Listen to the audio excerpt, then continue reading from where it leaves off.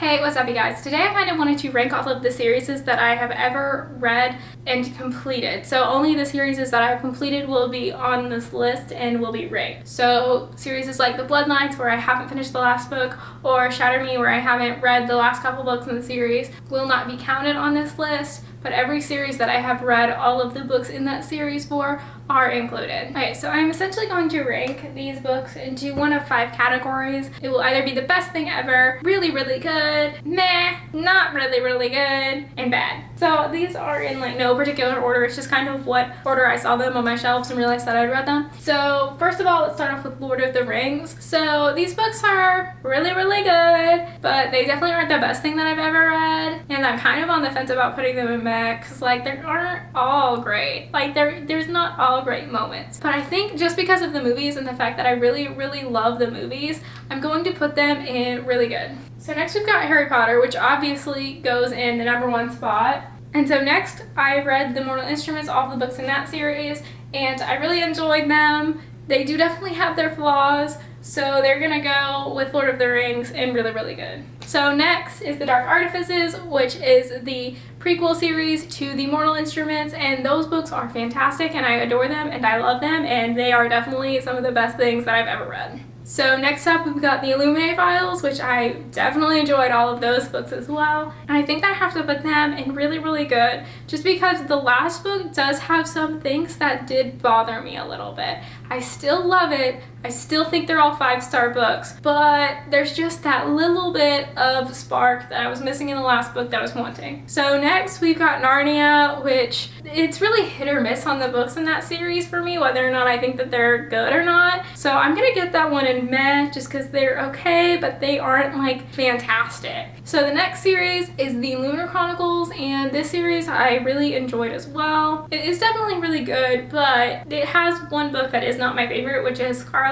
So I think that I'm gonna put it in really, really good, because it's not perfect, but it is still good. So next up we've got Vampire Academy, which I read all the books in that series, and the first 3 books and the last 3 books are definitely split with me, because the first 3 books are okay, the last 3 books are fantastic. So I think because of that balance, I'm gonna put this series in the meh category, because it could definitely be better, but it's not terrible. So next up is the Six of Crows duology. So that's Six of Crows and Crooked Kingdom, and I definitely love both of these books, and they both go into the top category of best thing ever, because they really are fantastic, and I definitely recommend them if you haven't read them yet. So next up we've got Percy Jackson and the Olympians, not the Lost Hero, the second series that he did, but the first one, so the first 5 books. Those are all fantastic and I really enjoyed them. I think that they are really exciting and fast paced, but I will say that the overall characters don't stick with me that much, like Percy and Annabeth do.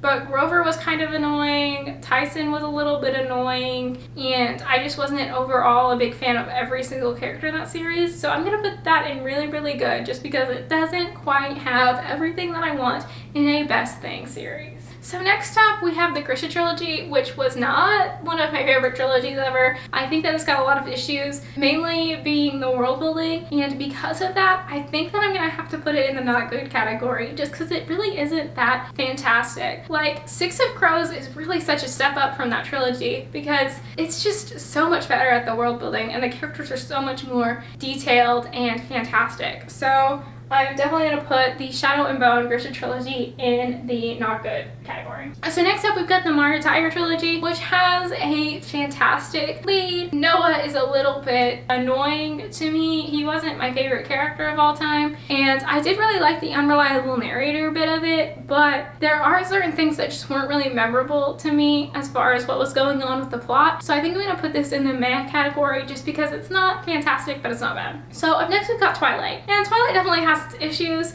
but purely for nostalgia reasons and because I love Edward and Jacob, I am going to put it in the best thing category, because it really did leave such a mark on my life. So next up we've got the Delirium Trilogy, which I really enjoy this trilogy, and I honestly really love how each book is told a little bit differently, how the writing style is a little bit different, because in the first one you have these little poems before each chapter, and the next one you bounce back and forth between the past and the present, and in the third one you bounce back and forth between Leah and Hannah's perspective, and I really like how that kind of changes and how that impacts the story, and how that's also very beneficial in how the story is written and how it goes.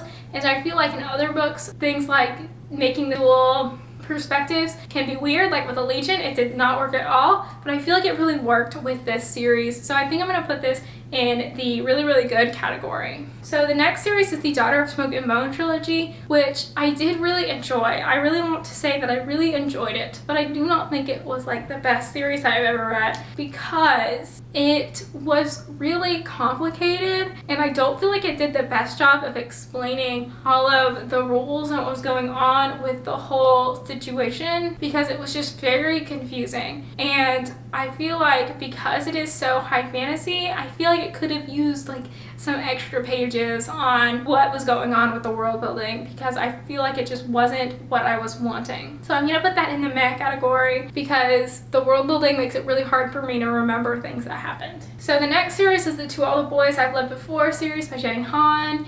And the first book was really cute.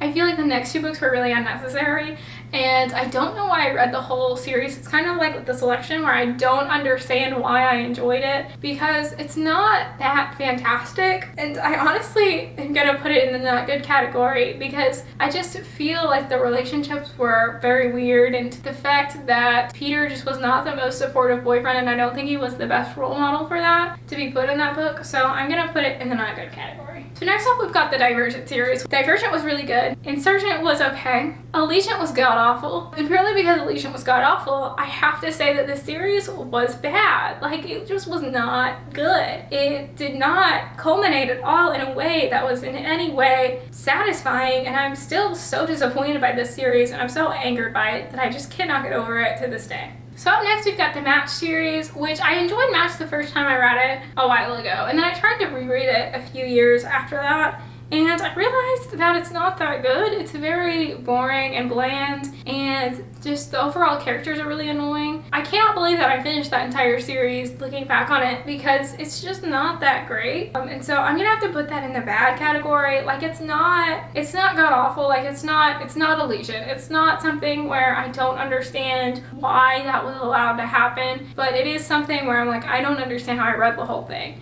And I do apologize if you liked the Match series and you don't think that it was bad, because I do know that we all have different opinions and that some people did think this series was good. And I do apologize if you feel offended that I'm putting this in the bad category. I do not apologize for Allegiant at all because that book is terrible. So next up we've got The Hunger Games. So The Hunger Games was good, Catching Fire was good, Mockingjay really disappointed me. It wasn't god-awful like Allegiant, but it wasn't great. And because of that, I think I have to put this in the mad category because it's just disappointing. Like, I'm really still to this day so disappointed by Mockingjay because I loved Hunger Games and I loved Catching Fire, and I just did not expect it to be so underwhelming with that finale. So up next we have the Legend Trilogy, which, if I'm being honest, I don't remember as many details about that as I would like, but I did really enjoy that trilogy, and I should probably reread it sometime soon, honestly, because it was such a fun trilogy. And so I think I'm going to put it in the really good category, even though I don't remember that much about the actual details of it, because I remember loving the characters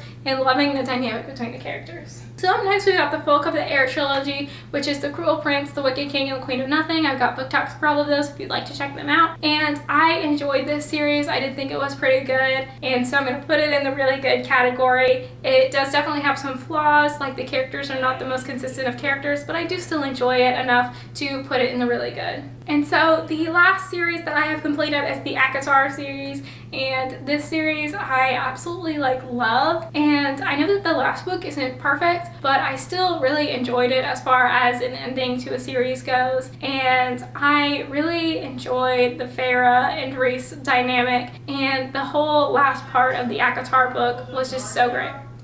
Anyways, ACOTAR is gonna go in the best thing ever category.